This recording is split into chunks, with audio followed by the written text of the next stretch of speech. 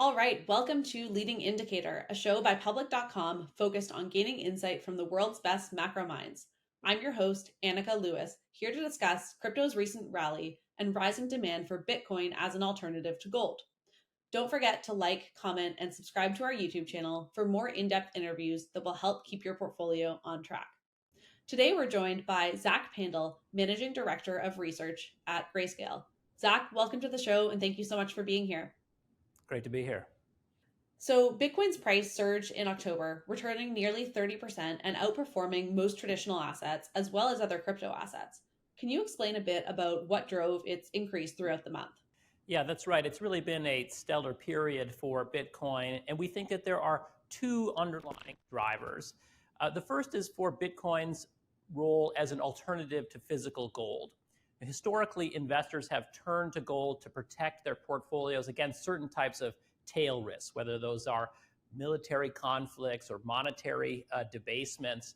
And unfortunately, today, these are things that investors need to be taken seriously. Traditional markets are struggling from very heavy government bond issuance, borrowing by the U.S. Treasury, as well as geopolitical conflicts in the Middle East and in Eastern Europe. There's a demand for gold from a certain segment of investors because of that. And we think that Bitcoin is being adopted as an alternative to physical gold by a digital generation, by a generation that is comfortable holding a digital store of value rather than a traditional physical store of value. So those same things that are driving demand for gold are also driving demand for Bitcoin. And we think that that's something we saw during the pandemic and something that we will continue to see in the future. In addition to those sort of macro factors, there is a lot of excitement, particularly in the US market, about the prospect for a Bitcoin ETF. There are no ETFs in the US market today. There are many overseas. And we and many others think that we are close to regulatory approval for a Bitcoin ETF, a spot Bitcoin ETF here in the US market, something that we think that can happen over the coming months. So we've seen quite substantial investor inflows into those types of products overseas, into futures-based products here in the US, we think in anticipation of spot Bitcoin ETF approval here in the US. So both of those things, demand for Bitcoin as a store of value, as a digital alternative to gold, and enthusiasm about the sort of changing regulatory landscape for Bitcoin here in the US, I think both of those things have been driving its price. Traditional stocks did not experience the same growth in October, with the Nasdaq losing around 1.6% in the month and the S&P down more than 2%. Why did stocks experience such a negative October? So the drawdown in traditional assets really started around the end of July and has continued over the last couple of months. And I think primarily there has been one driver, and this is much higher interest rates at the long end of the yield curve. 10-year Treasury yields reaching 5%, mortgage rates, 30-year mortgage rates in the US reaching 8%. So interest rates have been moving up very suddenly. Why is that the case? Part of it is because the economy has been resilient despite the Fed's tightening. The Federal Reserve for the last couple of years has been raising rates, trying to slow the economy down to get inflation under control. The US economy has been pretty unresponsive to the Federal Reserve's rate hikes. And so interest rates have been climbing, maybe signaling that the Fed needs to do more. But on top of that, and maybe even the more important reason, is just very heavy government borrowing.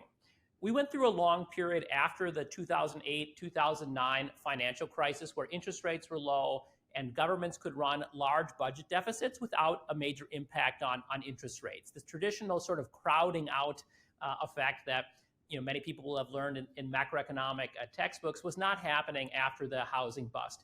But today, we again have large government budget deficits in an expanding economy where cash is yielding 5%. And that government borrowing seems to be putting upward pressure on interest rates. And so I think it's really these two forces, a strong economy and the need for the Fed to remain relatively tight, and then even more importantly, just heavy borrowing from the US Treasury, financing large budget deficits, even in a healthy economy with a low unemployment rate, that's putting upward pressure on rates. So stocks compete with bonds for investors' capital. And so as interest rates go up, they become more attractive for investors, and you see capital coming out of things like the NASDAQ and heading towards the bond market. I really think that's the dynamic that's been at play most recently. Over the last few years, tech stocks have been loosely correlated to Bitcoin and crypto performance at large. From your perspective, does this deviation in direction suggest that something is changing now? Yeah, that's a great question. Crypto is a young asset class, and until 2020, until the pandemic, Bitcoin, other cryptocurrencies really had no correlation to traditional financial assets. It behaved essentially as its own ecosystem.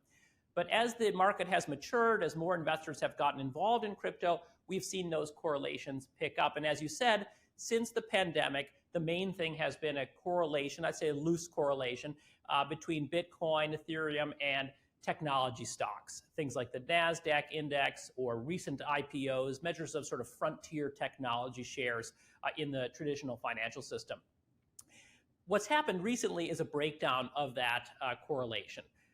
Bitcoin has been going up along with safe haven assets like gold, like the value of the Swiss franc versus the dollar, another traditional safe haven, even as technology stocks, the NASDAQ, frontier sort of shares have been going down. So a decoupling between Bitcoin and technology stocks. How that correlation unfolds going forward is going to tell us a lot about how crypto will behave in the coming years. Is Bitcoin now essentially treated as a digital gold by the large majority of investors, or is it still treated as part of the kind of crypto ecosystem, part of the blockchain technology and an innovative sort of fintech part of the market? Really, Bitcoin is both of those things. So I don't know that we can kind of assume that either correlation will be going away. But in my view, the increasing correlation between Bitcoin and gold indicates a sort of maturing of the market, and investors treating the asset not as a speculative piece of the financial system, but using it for its intended use case as a non-sovereign money system and digital alternative to gold. So I would consider it a healthy development, but something that's going to be really important to watch over the coming months to think about how Bitcoin, cryptocurrencies are going to behave over the next cycle. Moving into other cryptocurrencies beyond Bitcoin, Grayscale recently announced its FTSE Grayscale Crypto Sector Index series, outlining 5 categories that cover different parts of the crypto industry, from smart contract platforms to consumer and culture and more. Can you talk a bit about what this sector framework looks like and how the sectors performed throughout October? Absolutely. Our investors have been telling us for a long time that they want to, of course, understand Bitcoin and Ethereum, but then go much beyond that to understand the full spectrum of things that are happening in the public blockchain technology space or the digital asset ecosystem. So we developed this framework, the Grayscale FTSE Crypto Sector Indices, to help investors have a guidebook to understand the many diverse things that are happening in crypto beyond just Bitcoin, beyond just the store of value or digital gold. And we hope that this toolkit can really generate the correct lexicon for investors to understand these markets over time. So there are 5 sectors: currencies, smart contract platforms, financials, consumer and culture, and utilities and services. And I think you can see by the names just the diversity of things that are happening in crypto. Bitcoin is still the biggest part of the market, and Bitcoin's role as digital gold is really important for how the ecosystem evolves and how market cap will rise and fall over time. But there are a huge number of things happening with public blockchain technology, with decentralized network technology that have nothing to do with digital gold. They're about different applications of decentralized networks, and the crypto sectors allow us to understand that. We think investors should be using them as a sort of performance management, risk management tool in the context of financial markets. And in the last month, the currency sector was the strongest performance. Bitcoin naturally is the largest part of the currency sector, so largely reflecting Bitcoin's strong performance, as we've discussed already. The weakest performer, although still up around 10% over the last month, was the financials sector, and that was held back by weaker performance from one of its largest constituents, which is called the Uniswap Uni token. So for investors that want to go beyond the largest assets, go beyond Bitcoin and Ethereum, and really understand everything that is happening in public blockchains with decentralized networks. The Grayscale crypto sectors are a great way to do that, both to understand the technologies and understand why their assets are performing why they are in any given period. Of the sectors you talked about, you mentioned that even the lowest performing of them returned about 10%. We talked earlier about tech stocks at large being slightly down last month, with the NASDAQ losing about 1.6%. So, why do you think we're seeing broader crypto beyond Bitcoin perform better than tech? So I think there are two pieces to that. One is, as we discussed, Bitcoin driving things. Bitcoin is still the largest asset in the market. It's the most important part of crypto. It's something that we here at Grayscale are incredibly enthusiastic about, in addition to everything else. And Bitcoin has just had a great run, reflecting that broadening regulatory perimeter potentially for the ETF in the US and its core use case as a digital alternative to gold. The other piece of it, though, I think is just reflecting on where crypto has come from over the last year. We had last year, in 2022, large drawdowns for the asset class, and I think a lot of skeptics, for the third or fourth or fifth time, writing off the asset class. Crypto has died off in the minds of some speculators a number of times, and so just the fact that the industry hasn't gone away.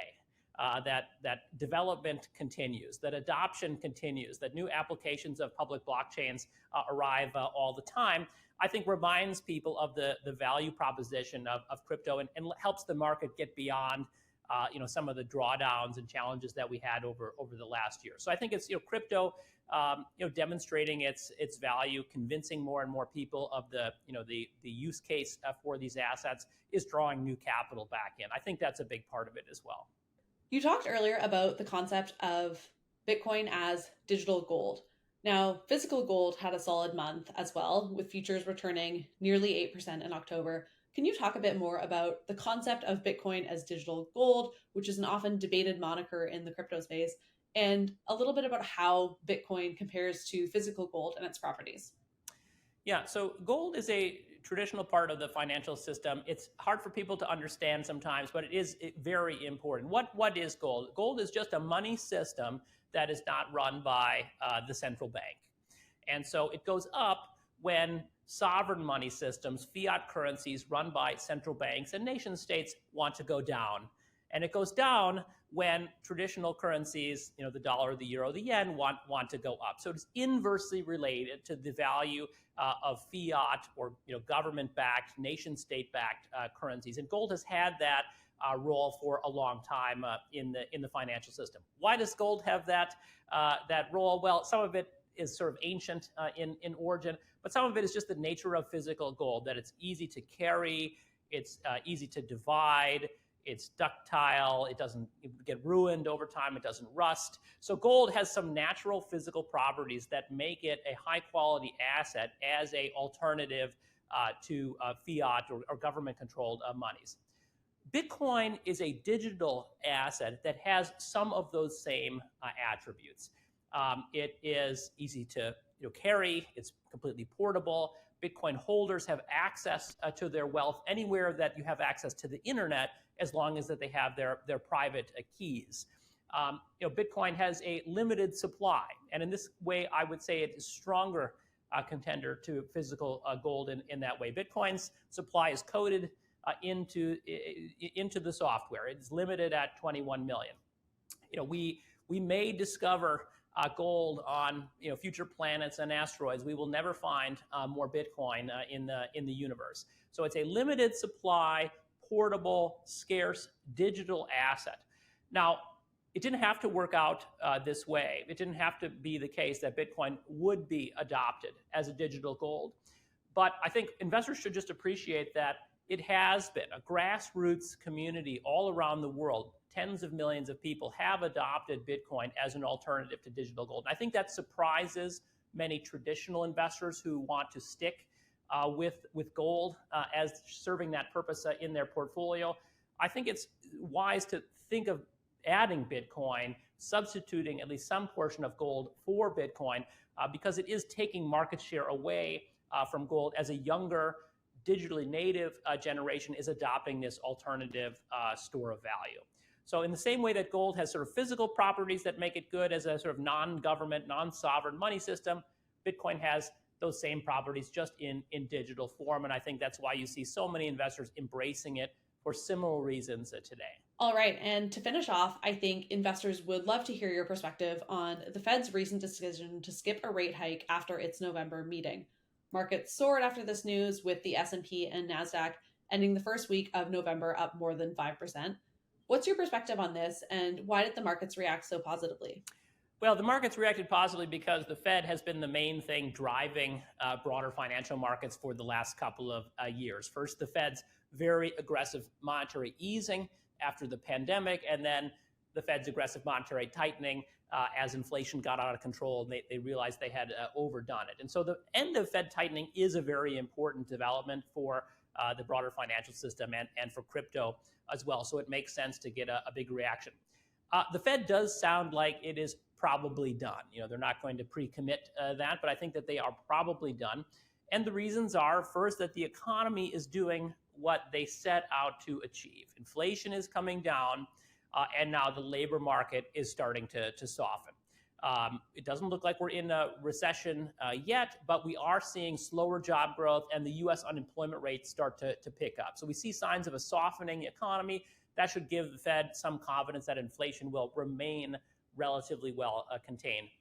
And the other piece of it is just that markets are doing a little bit of the Fed's work for it. You talked about how the NASDAQ was down over the last couple of months. We talked about how bond yields have been going up. If financial markets are tightening then on their own, then the Fed doesn't need to do so much tightening of its own. So the higher that we see bond yields rise, the weaker stock prices get, the softer house prices get, the less tightening the Fed needs to do with short-term interest rates. So for both of those reasons, a softening economy, markets doing a bit of its work for it, the Fed can probably be done. Again, Jay Powell is not going to promise that just yet until we see inflation durably weaken. But our best guess would be that they are finished hiking rates at this point. All right. Well, that was a very informative session. Thank you, Zach, for being here. Everyone, that was Zach Pandl, Managing Director of Research at Grayscale. That's all for today's episode of Leading Indicator. Thanks for tuning in. Have a great week.